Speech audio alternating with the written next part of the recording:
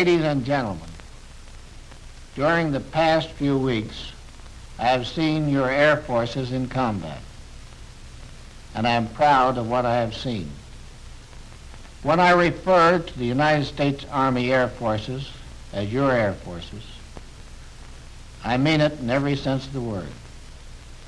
In 2 years, we have come up from 7th place to 1st place. And today, we have the largest and mightiest air force in the world.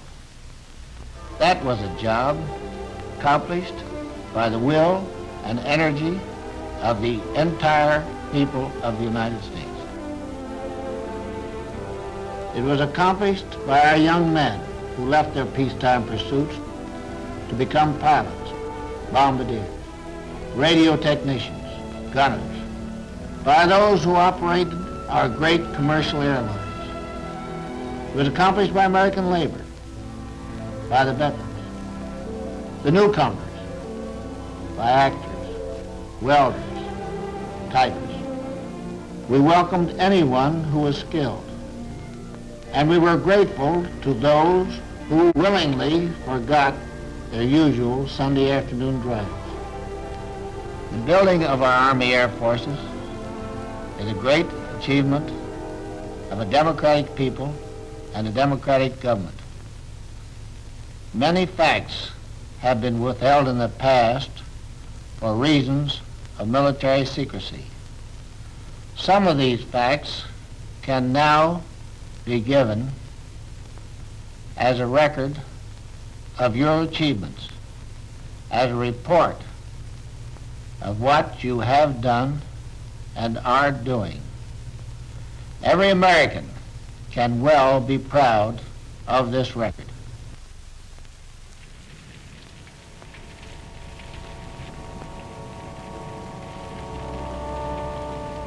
December 7th, 1941. The Air Forces have their own reasons for remembering Pearl Harbor. In the entire Pacific area, we had left only 176 planes. We faced a formidable German Luftwaffe and a strong Japanese Air Force with an overall total less than 1,000 first-line combat planes. However, though we didn't have the planes in the air, we did have them on the assembly lines. Long before Pearl Harbor, the President had requested a program of 50,000 planes a year. Due to this foresight, our entry into the war found us with our designs set, many of our factories converted to war production, and our bombers and fighters beginning to roll off the assembly lines. And we knew our planes were as good as any in the world, for the latest lessons learned in Europe, such as the need for heavier armament, had been incorporated. But what about the men to fly the planes? Training was the #1 problem. Lines of recruits appeared all over the country. The training commands pumped them into 2 main arteries. As the men arrived, schools sprang up to take them in. Air cadets went through a variety of schools preparatory to flying, while future ground crews learned 100 different trades. Some ground men volunteered for flying jobs. Others became officers. Flyers went on to the airfields, while gunnery training was given to bombardiers, navigators, and other potential crew members.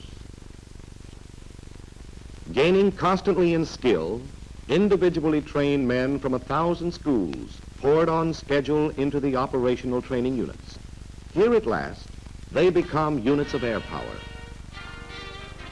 This program keeps aloft in the United States every day more than 120,000 men.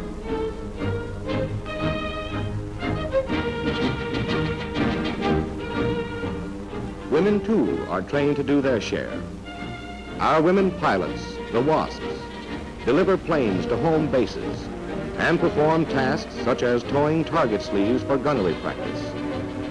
Our air WACs have been trained for jobs in many phases of the service. The final stage of training is reached in the operational units. Here, the individually trained men, for the first time, meet the teammates beside whom they will fight and the combat planes they will fly. They train in organizational units as large as a complete task force, simulating combat conditions.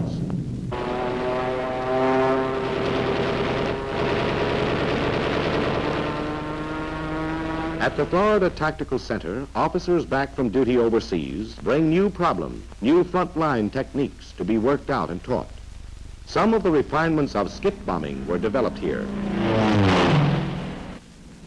With a modified gun sight at low altitude, the pilot shoots his bombs into the target and takes evasive action. In a few weeks, this dummy target will be an enemy tank.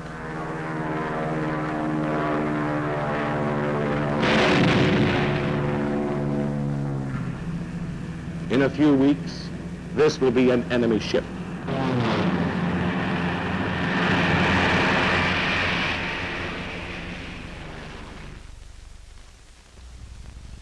When ready for combat, the individual bomber team is already part of a larger team called a squadron.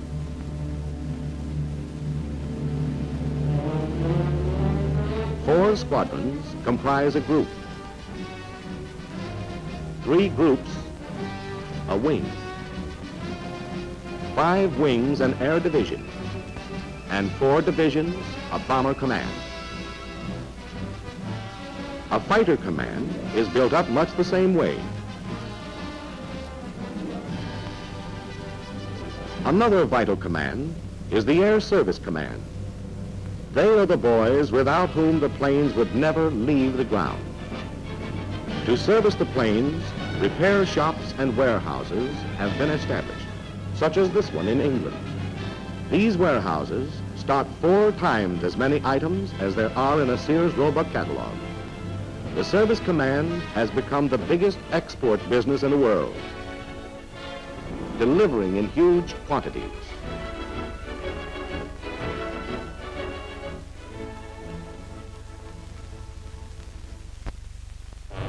This damaged fortress, Stella, is typical of the planes that come back from a mission badly in need of the Air Service Command.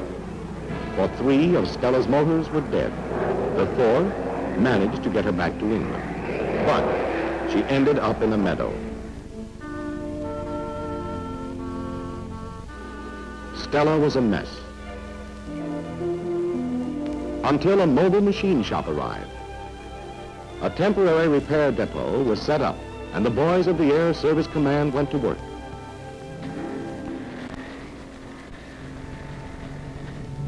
After a few days, it began to look as though Stella might use a runway again, so bulldozers were moved in. A few new parts, a few more days, and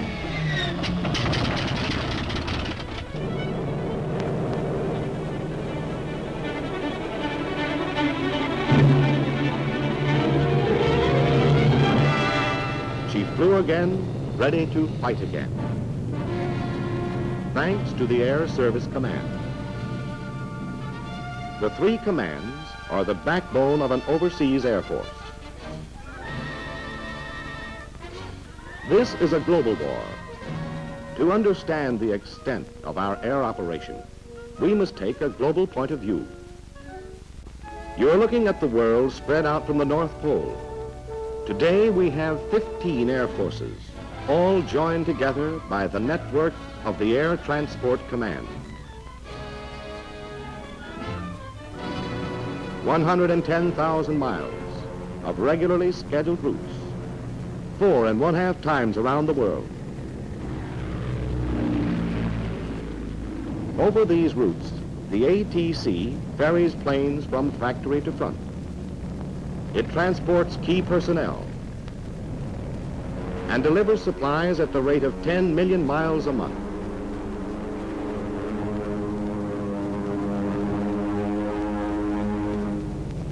It will take anywhere, anything that can possibly fit into a plane. Once it delivered to Alaska, a complete hospital in 36 hours.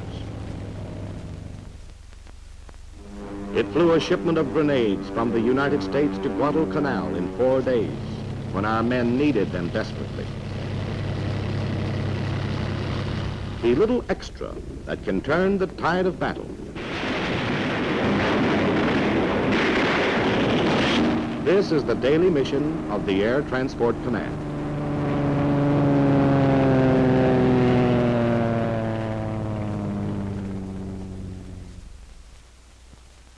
Our 15 Air Forces were formed at different times for varied purposes. The first 4 were the backbone of our development. The 1st and 4th defended our coasts. The 2nd and 3rd were training forces. 11 are in action overseas. 14 bombers were the nucleus of our 1st Combat Air Force. They had escaped the Japanese drive on the Philippines. Out of bombs and ammunition, these battered early model fortresses headed for Australia, evading the swift Japanese expansion over the islands of the Pacific. This was the beginning of our 5th Air Force. The 5th is a self-made Air Force. At the start, it had to improvise with whatever facilities happened to be available in the area. Nevertheless, within 3 months, it had joined the Navy in the Battle of the Coral Sea.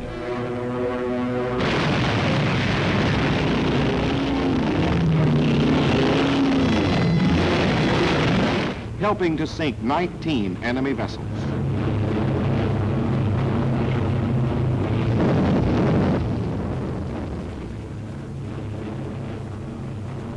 Some months later, a B-24 on reconnaissance located a column of Japanese warships moving through the Bismarck Sea toward New Guinea.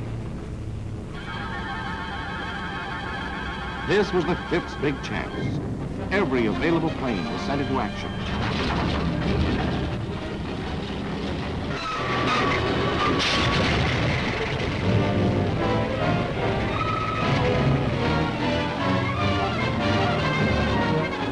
For 3 days, 162 American and Australian planes bombed and strafed the Jap fleet. Many of our flyers came in at mast-high altitude to skip bomb the enemy.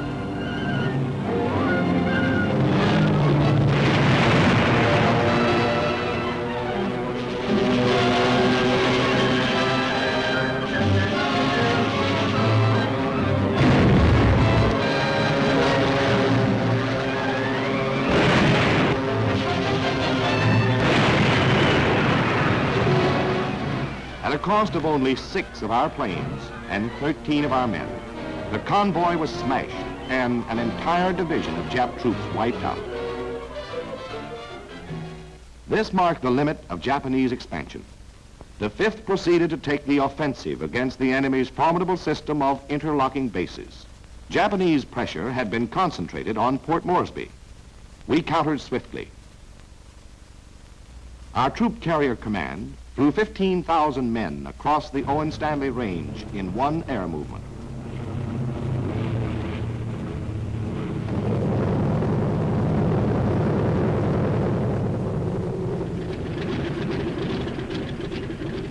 Then kept them supplied with more than 2 million pounds of food and equipment a week. Guns were moved in, and the wounded evacuated on the return trips.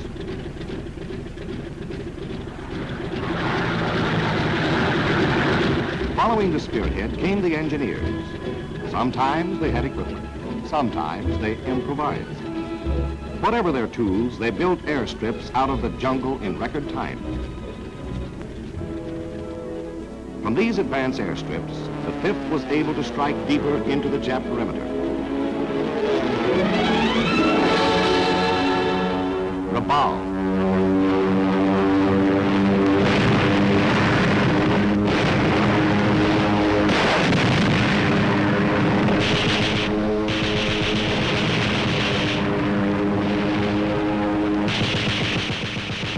Wewak. We strafe enemy airfields and installations again and again. When the Japs tried to hide their planes in the jungle, fragmentation bombs suspended from parachutes blanketed the area.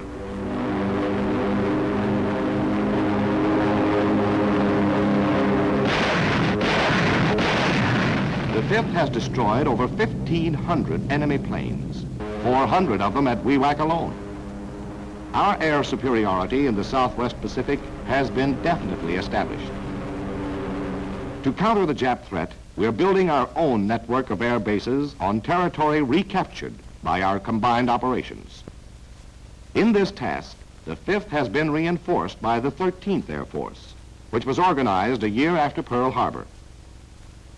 Together, these two air forces are driving forward on one of the several roads to Tokyo. The 13th was activated with units from the 7th Air Force.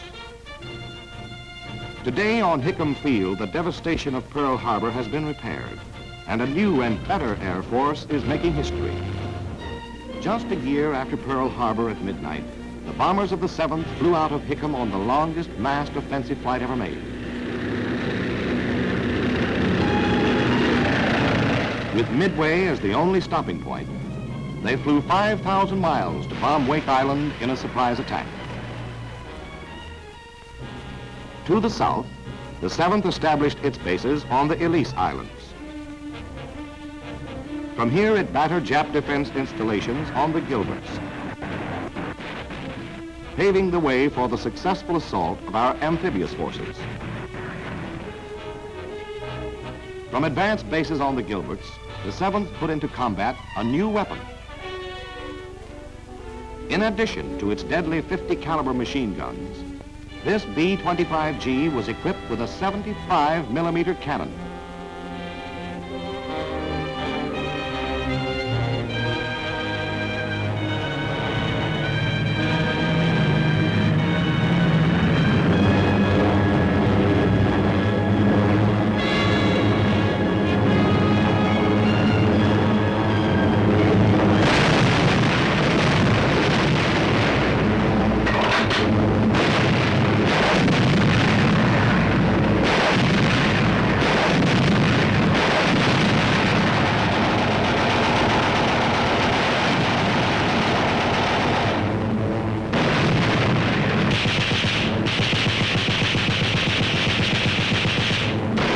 Saturated by the firepower of the 7th and of the Navy, another impregnable stronghold was taken by our armed forces.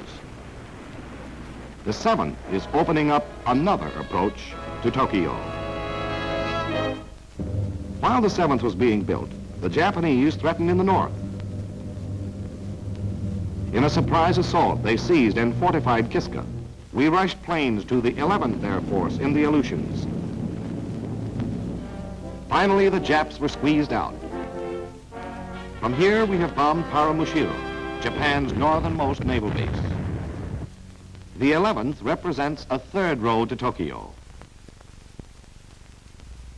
Many of the planes that were rushed to the Aleutians came from Panama, where our 6th Air Force has defended the Canal Zone. The 6th has patrolled the Caribbean for submarines and guarded the sea routes to Africa and Europe.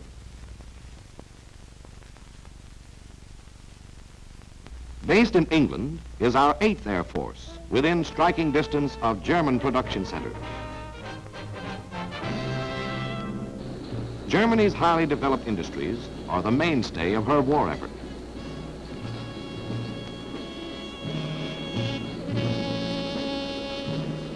Our strategic bombing has been aimed at the heart of these industries, executing the United Nations strategy of weakening Germany for the invasion.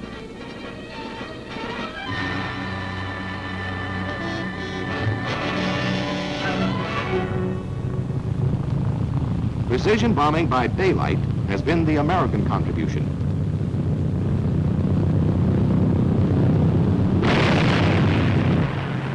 Night attacks on whole industrial areas has been the job of Britain's RAF.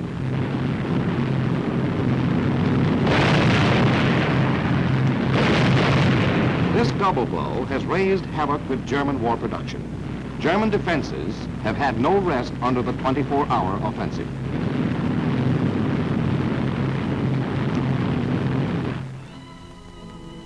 Wrecked cities present an additional problem. As this captured film shows, the Army has been forced to take charge of Berlin's frightened population.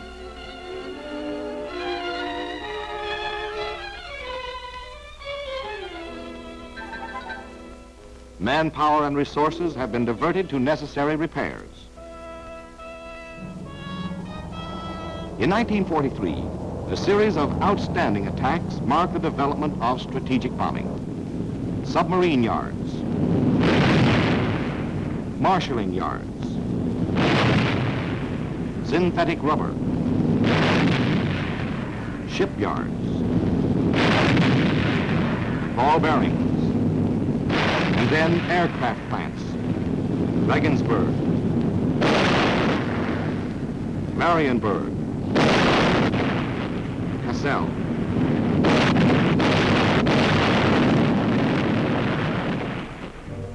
Today, the huge missions over Europe must be carefully and elaborately planned. Our flyers can expect any trip to develop into a major air battle. At a dozen scattered airfields, the bombers are assembled and moved to the starting lines.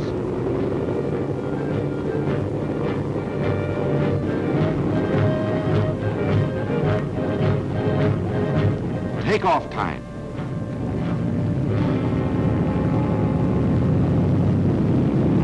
And the imposing forts and liberators thunder into the gray English dawn.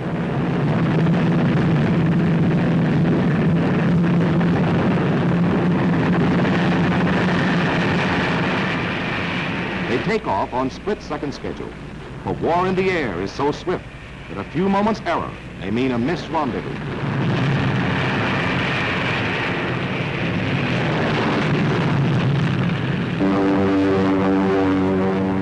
At the fighter fields, Thunderbolts are ready.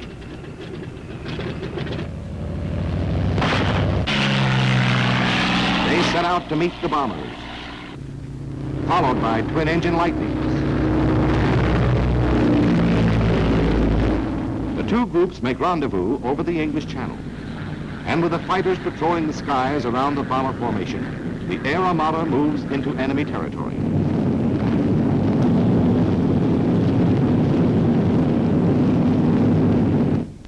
News of the approaching air invasion is flashed through the German warning system.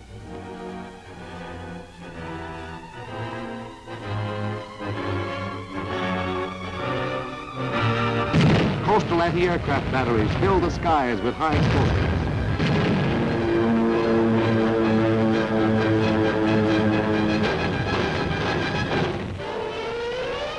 Alarm sirens wail over the German fighter fields and pilots sprint to their planes.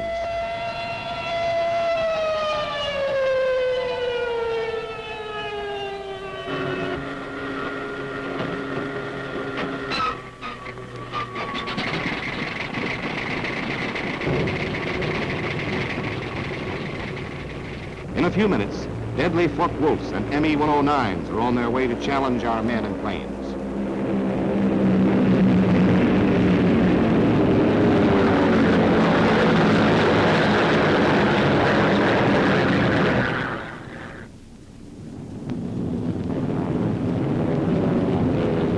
Our fighters peel off to meet the enemy threat, and the battle is on.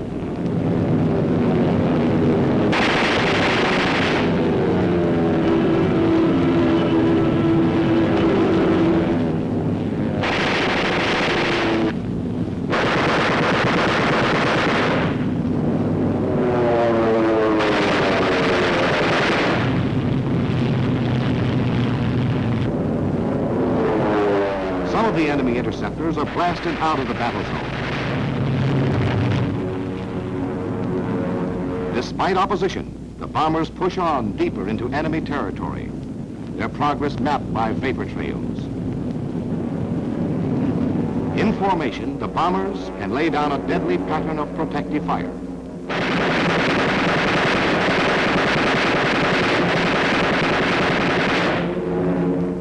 Nevertheless, the enemy fighter attacks, plus the anti-aircraft barrage, take their toll. Our planes begin to show damage. Some drop behind. Above the battle, the enemy commander locates the stragglers. His fighters close into the kill. This is called the big lead. Look at the battle from the German angle, through German cameras, and see why.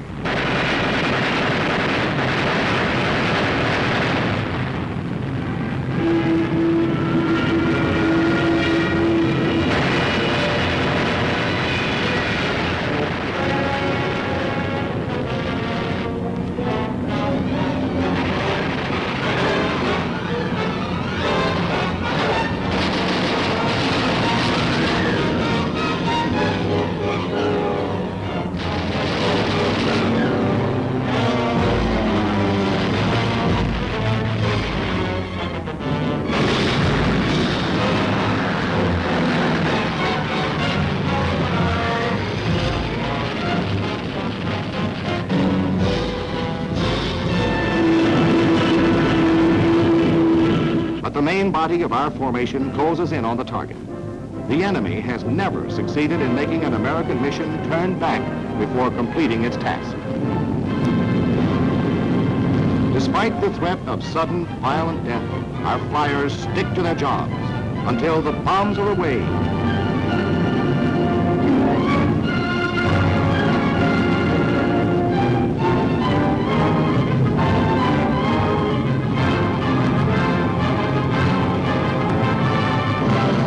Until the target is destroyed. While the 8th hammered Europe, a new Air Force, known by the code name of Junior, had been activated. Its purpose, strength and destination, all secret. The secret came out in Africa. Junior was the 12th, an Air Force created to take part in the African invasion. Most of its operations were tactical. A tactical Air Force operates in the battle zone, smashing the enemy wherever he is vulnerable. It works with the ground troops, employing low-flying medium bombers and hard-hitting fighter planes. It fights to establish air superiority. In Tunisia, in 2 days, the 12th wrecked 112 Nazi planes in the air and on the ground. The desperate Nazis tried to fly in reinforcements to stem the advance of our ground troops. The 12th spotted the transports.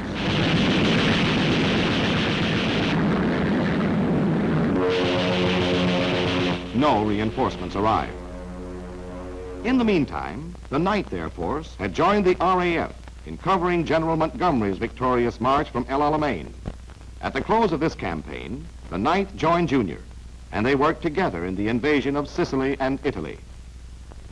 In amphibious landings, the foot soldier has to carry out one of the toughest and most dangerous of all combat assignments. Air cover is of supreme importance, both to his morale and to the success of the operations.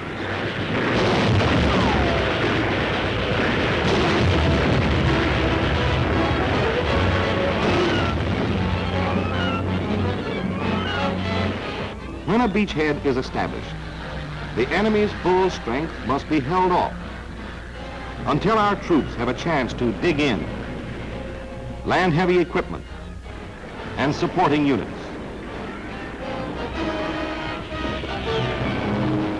The tactical air power of the 12th and the 9th accomplished this in Italy. Our planes riddled the enemy's communications.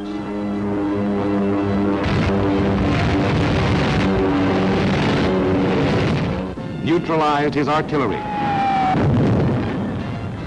shot up his troop train, and stopped his tanks.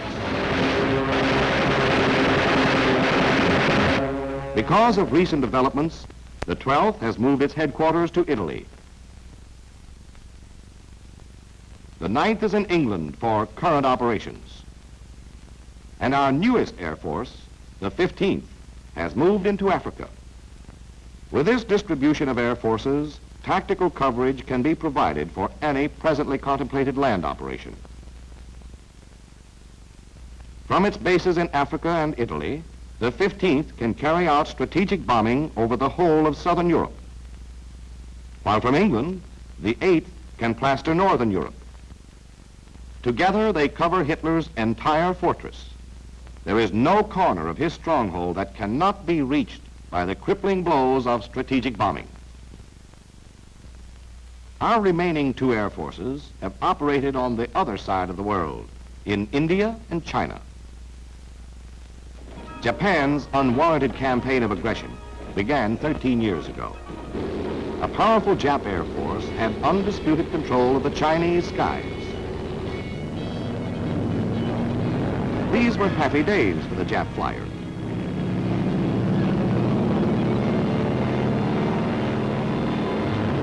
They flew their missions almost unopposed. They murdered at will.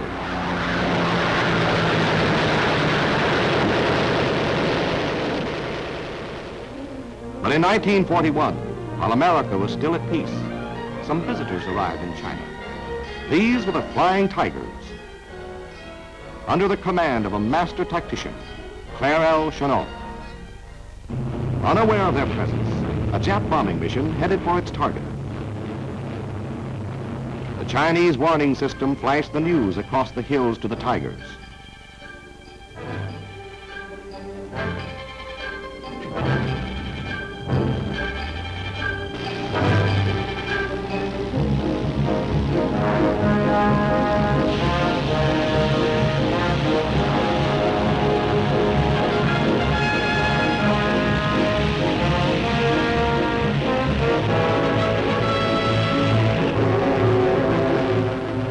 Tigers climbed high as the enemy came on unsuspecting.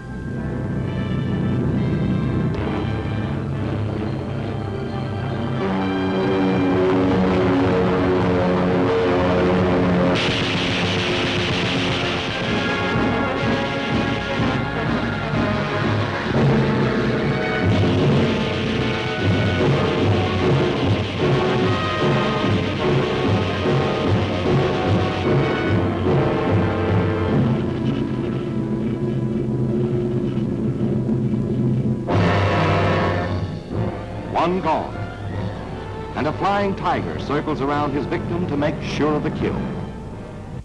The score that day was 6-0. From then on, the Flying Tiger's combat record never dropped below 5-1. The Flying Tigers were supplied over the old Burma Road. Following Pearl Harbor, Japan took Burma and cut this supply line. The Tigers became members of General Chennault's 14th Army Air Force. But because of this same problem of supply, the 14th is still numerically small. Supplies for the 14th start the journey from the United States by ship. After a voyage that takes 2 months, the vital cargo is unloaded at Calcutta. The bulk of it must be pushed to the river docks, laboriously loaded onto barges, and shipped upriver to Assam. Length of the trip, 40 days. The other route to Assam is by rail on a primitive railroad. Shortly after the trip begins, the rail becomes narrow gauge. The agonizingly slow process of unloading and reloading starts again. Frequent accidents and irregular schedules further slow up supplies. At the end of the arduous rail trip, most of the heavy equipment is loaded on trucks for a 4-day journey on rough, dusty roads. And so by ship, train, river barge, and truck, the supplies for the 14th are painfully assembled in Assam, headquarters of our 10th Air Force. The 10th is one of our oldest air forces, created in haste when the Japs threatened India. Today it defends the western terminus of the only route left into China, the hop from Assam across the mountains to Kunming.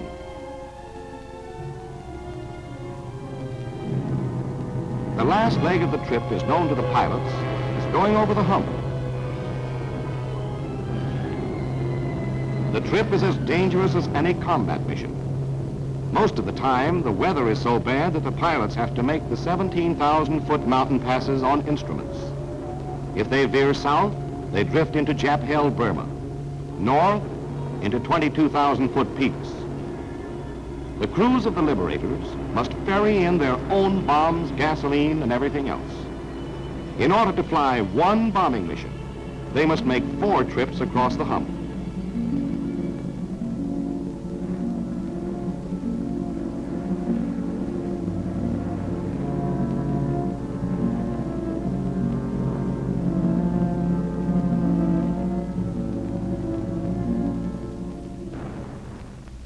Finally, the bombs, the gas, the tires, the food, the cigarettes, the 1,000 things our flyers must have, arrive at Kunming.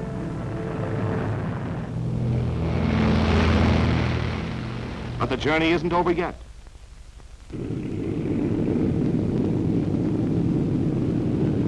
There's one more leg into enemy territory. Hong Kong is the objective on this mission. The bombs are finally away. They've come 10,000 long miles. They've been en route for close to 6 months. But on this last couple of miles, they travel swift and true into the enemy target.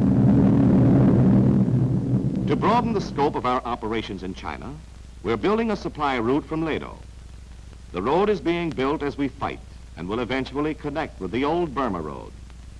When completed, it will carry some 40,000 tons per month. The conquest of Burma would further facilitate transport by opening up the port of Rangoon. But basically, we must have a direct route into China. For China, besides having obvious geographical advantages, has the great asset of its people. American-trained Chinese pilots have already proved themselves in the 14th. The Chinese make expert mechanics, and their manpower is limitless. Potentially, China is our best base for strategic bombing of Japan.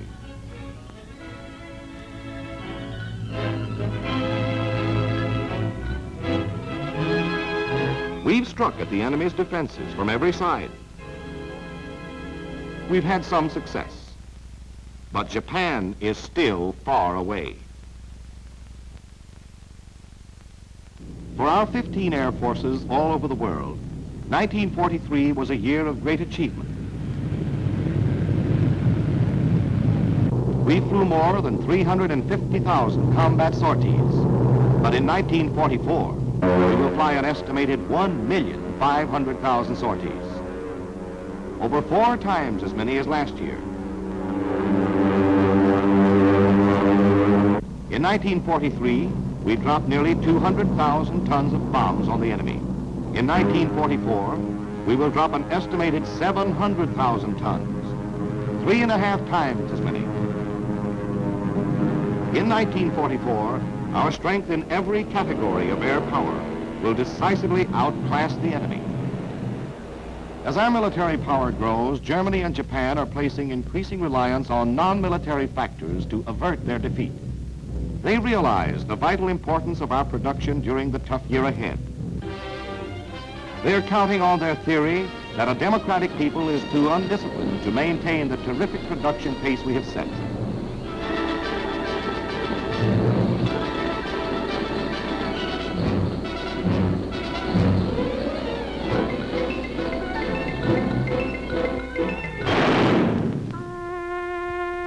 They think they can make the cost of victory so horrible that we will weary of the horror. We in the Air Force know the price of victory. Every battle takes its toll of our planes and men.